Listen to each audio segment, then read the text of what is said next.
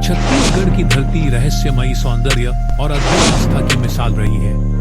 और ऐसी ही एक जगह है गरियाबंद जिले के रमईपाट पहाड़ियों पर स्थित मां रमईपाट का दैवीय स्थल। गरियाबंद जिला मुख्यालय से लगभग 40 किलोमीटर दूर प्रकृति की गोद में बसा यह स्थान केवल एक धार्मिक स्थल नहीं बल्कि आस्था, इतिहास और प्राकृतिक सौंदर्य का अनूठा संगम है। यहाँ की सबसे खास बात है 8वीं शताब्दी की वो प्राचीन मूर्तियां जो आज भी चट्टानों में उत्कीर्णित होकर साक्षात देवी शक्ति का अनुभव कराती है।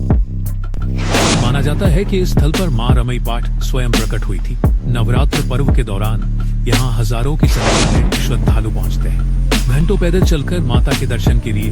नवरात्र के दौरान यहाँ भव्य मेला लगता है। भजन कीर्तन, पूजा पाठ, कन्या भोज और अखंड जोत से पूरा वातावरण भक्तिमय हो उठता है। यह पहाड़ी न केवल धार्मिक दृष्टिकोण से महत्वपूर्ण है बल्कि ट्रेकिंग और प्राकृतिक सुंदरता के शौकीनों के लिए भी यह एक परफेक्ट डेस्टिनेशन है।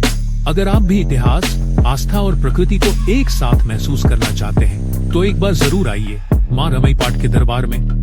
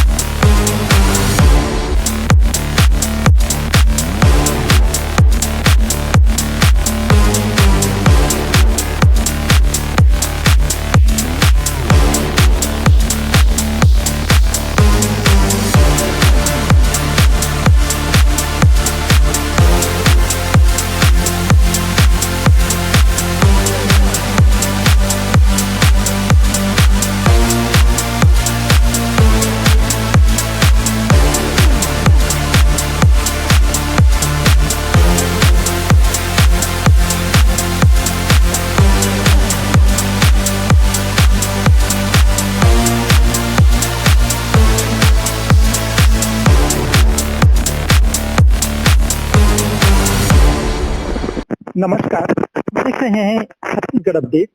आज आपको हम दिखा रहे हैं गरियाबंद जिला मुख्यालय से लगभग 40 से 45 किलोमीटर दूर पहाड़ी पर स्थित एक धार्मिक जो स्थल है रमईपाट, जहां काफी प्राचीन मूर्तियां 8वीं शताब्दी से यहाँ है और दूर दूर से लोग यहाँ दर्शन करने आते हैं। वहीं बता दें कि जो नवरात्र का महीना है, चाहे हम गर्मी की नवरात्र कहें या बारिश में जो पड़ती है वो नवरात्र, इन दोनों जो नवरात्र पर्व है उसमें यहाँ हजारों की संख्या में भीड़ लगती है। वहीं लोगों के लिए भोग भंडारे की भी व्यवस्था रहती है। वास्तव में यहाँ आने पर जो प्राकृतिक सुंदरता है, देवी स्थल की रमणीयता है, वो देखते ही बनती है। आपको दिखाना चाहेंगे, ये एक आम का पेड़ है और आम के जो पेड़ के जो नीचे है उसका जो जड़ हिस्सा है, वहां से पानी की अविरल धारा निकलते रहती है और यहाँ से ये धारा बहकर जो पहाड़ी के नीचे है उसमें जाती है। आप ऊपर देखेंगे, ऊपर पहाड़ी है, पानी का और कोई भी हिस्सा नहीं है और इसको एक पवित्र कुंड माना जाता है। इसमें लोग गंदगी ना करें, छेड़छाड़ ना करें करके एक गोल घेरानुमा बना हुआ है। वहीं पे यहाँ एक दरवाजा है जिसमें ताला बंद रहता है। आपको यहाँ देखना होगा तो ये बाहर से दिखाई देता है और ये एक धार्मिक पवित्र गंगा जैसे मानते हैं और इसको उसी के अनुरूप रखा गया है। वास्तव में ये जो प्राकृतिक जल है जो निकल रही यहाँ से अविरल धारा, वो एक प्राकृतिक रूप से निकलने वाली जल धारा जो एक विचित्र सोचने में दिखाई देता है कि आखिर ये पानी गर्मी हो या बारिश हो, ये कहाँ से निकलता है ये पता नहीं चल पाता है। आपको दिखाना चाहेंगे, ये जो एक काल भैरव की मूर्ति है, यहाँ के पुजारी उसको पूजा कर रहे हैं और ये जो मूर्तियां हैं 8वीं शताब्दी की मूर्तियां हैं और यहाँ के जो पुजारी है उनसे हमने पूछा इस संबंध में, तो ये जो प्राकृतिक रूप से यहाँ विराजमान है और इसको यहाँ से नहीं हटाया गया है, ये जिस स्थान पर निकला हुआ था और उसी स्थान पर आज भी उनको स्थापित रखे हैं। और वाकई ये जो मूर्तियां हैं 8वीं शताब्दी से यहाँ प्राकृतिक रूप से इस पहाड़ में विराजमान हैं और लोग उन दिनों से आज तक इसे पूजा पाठ करते आ रहे हैं और आज भी लोग हजारों की संख्या में इसके दर्शन के लिए यहाँ पहुंचते हैं।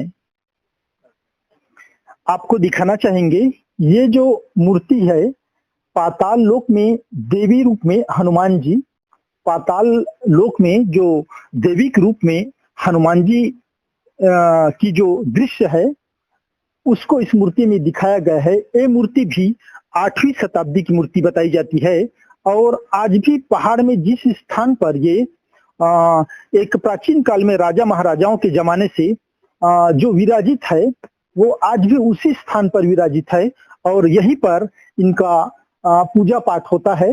एक खुले में पेड़ के नीचे आज भी उसी रूप में ये मूर्तियां विराजमान हैं और आज भी इन जो पत्थर की जो मूर्ति है जैसे कि तैसे है ना, इसमें किसी प्रकार की कोई टूट फूट या कोई नक्काशी या पेंटिंग नहीं हुई है। अपनी प्राकृतिक अवस्था में आज भी आप हनुमान जी के जो पाताल रूप के देवी रूप का यहाँ पर दर्शन कर सकते हैं। ये जो शिवलिंग की एक शिवलिंग है जो काफी प्राचीन शिवलिंग है और आज भी ये उसी जगह स्थापित है जहाँ इनका प्रादुर्भाव हुआ था। यहाँ से इनको नहीं हटाया गया है, बाद में इसका जीर्णोद्धार एक घेरा जरूर किया गया है।